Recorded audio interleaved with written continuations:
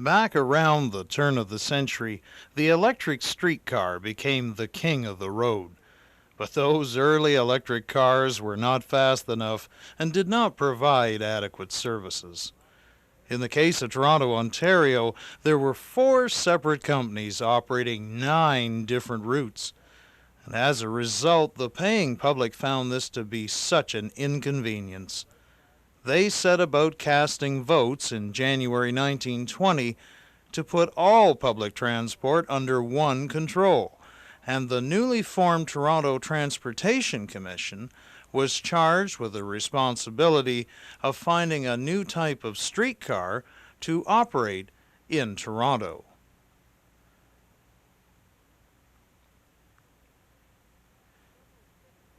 Several cities had adopted such a car, notably Cincinnati, Ohio,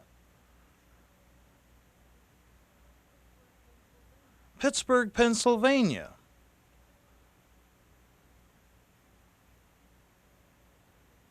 Indianapolis, Indiana, and Detroit, Michigan. All had placed their faith in this new type of car, which had been designed by a traction commissioner in the city of Cleveland, Ohio. His name was Peter Witt, and before the end of the electric street railway era, the Witt car would be as well known as many things in everyday life. The Toronto Commissioners took the idea of the Peter Witt car back to their city, with the thought in mind that here was the car type that would replace the outmoded equipment on their street railway.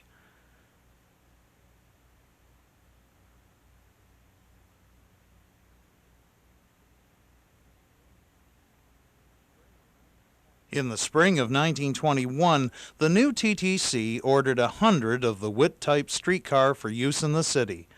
They placed the order with Canadian Car and Foundry Limited of Montreal, Quebec, and in June of that year, the first cars rolled off the assembly line, were placed on railway flat cars, and were sent off to Toronto.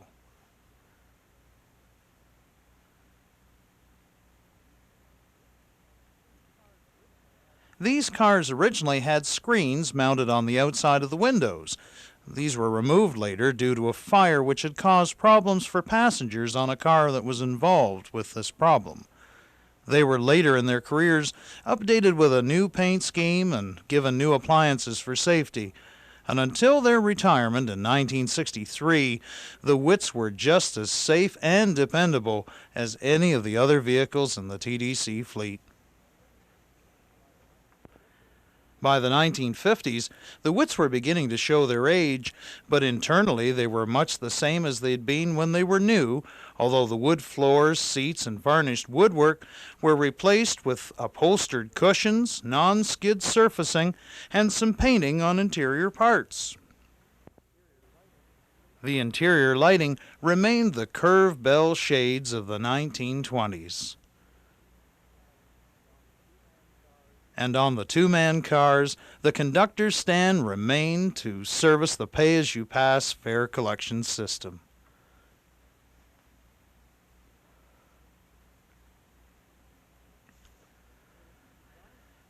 There were 2 designs of Peter Witt cars in Toronto, the large and small Witts. The large Witts seated 60 passengers, with 55 patrons being accommodated on the smaller version. By the early 1960s, it was evident that the Witts were living on borrowed time, so enthusiasts and railway clubs chartered the cars for farewell tours around the city streets. These venerable veterans of the rails traveled into parts of the city that they'd helped to build and prosper, and now they were making their farewell appearances. Witts were disappearing at a rapid rate, being replaced by more modern equipment in the form of the President's Conference Committee, or PCC car.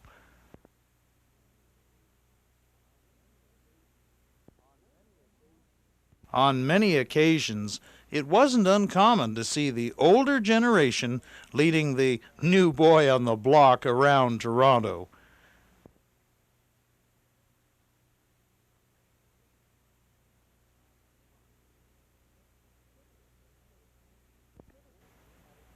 The citizenry had a chance to see old and new side by side, or one after the other.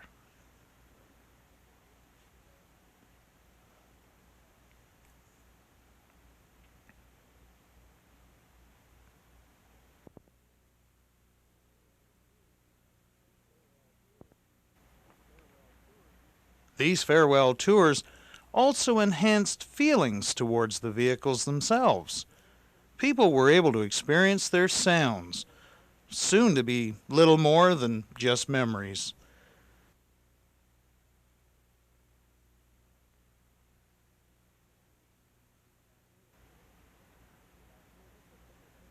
That ticka-ticka-ticka noise of the air compressor, those growling gears while traversing the streets, creaking window sashes and seat standards, the winding of the controller handle by the motorman as the cars bade farewell to their home ground after 42 years of faithful service.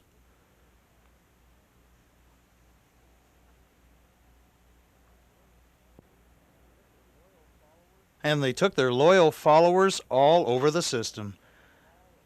Whether it was a small or large Witt, the cars visited again all the familiar spots as common in days gone by. Places where they no longer came to on a regular basis, but at least for a little while they could bring back a remembrance of a Toronto they helped to foster, unlike the modern cosmopolitan center of today. Large Witt 2300, one of the last such cars on TTC property, had the good fortune of being preserved by the Canadian Railroad Historical Association at their museum in Delson, Quebec.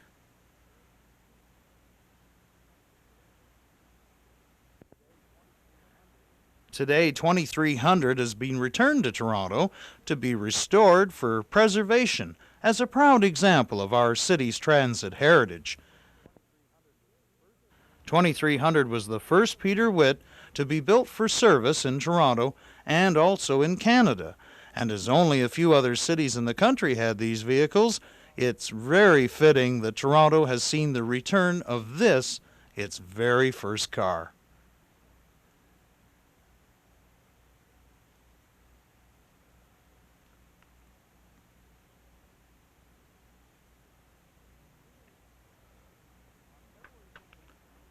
On February 28, 1963, Toronto said goodbye to its Peter Witts. An especially chartered car, 2894, made a farewell trip on Bay Street just to commemorate the occasion. Most people said at the time that this was the last appearance the Witts would make operating in the city. After this, they went into limbo for more than 10 years.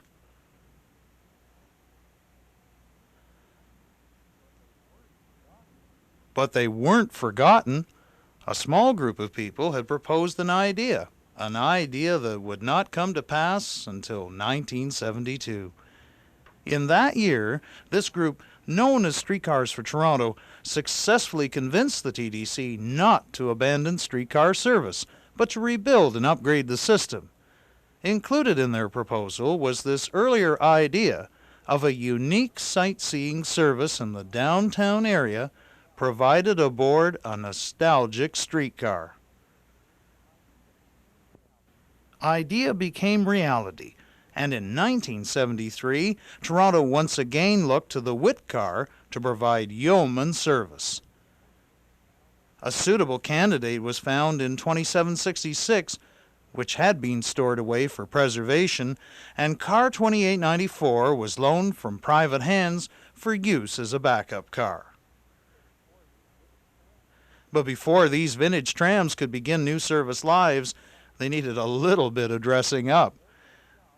They were taken to Hillcrest shops and totally restored from the truck wheels right up to their trolley poles. Main restoration concentrated on bodywork and a total repainting both inside and out. Window sashes were replaced with brand new wood, and so intricate was the restoration that the workmen re-lettered the car sides with the words Toronto Transportation Commission using the original pattern lettering from 1921. All of this work was done by hand as a tribute to the craftsmen of another time. 2766 had been the last Witt on the TTC roster and as a result benefited from the early restoration. Here's 2766 in all her glory, ready to begin a new career on Toronto's streets. For the next 15 years, 2766, ably assisted by 2894 and large Witt 2424, on loan from the Halton County Radio Railway Museum near Rockwood, Ontario, would provide a unique way of seeing the sights and sounds of downtown Toronto.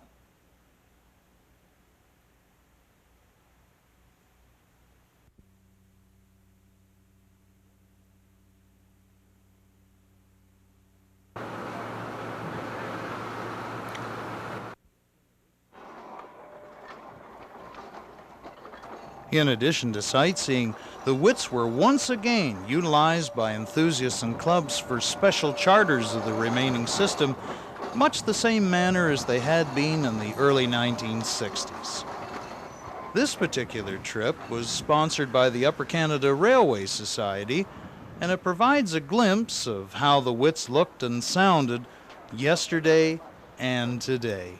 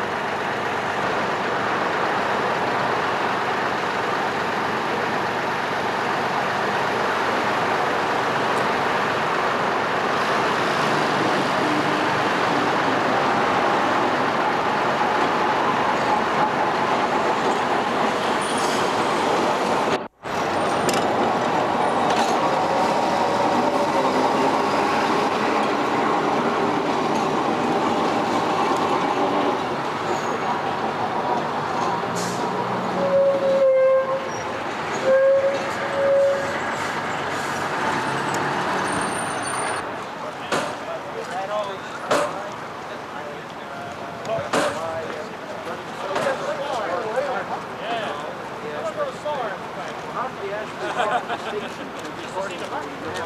So it's double triangle along the other side. Yeah, we don't forget. Well, I thought we trying to keep farther out until they're...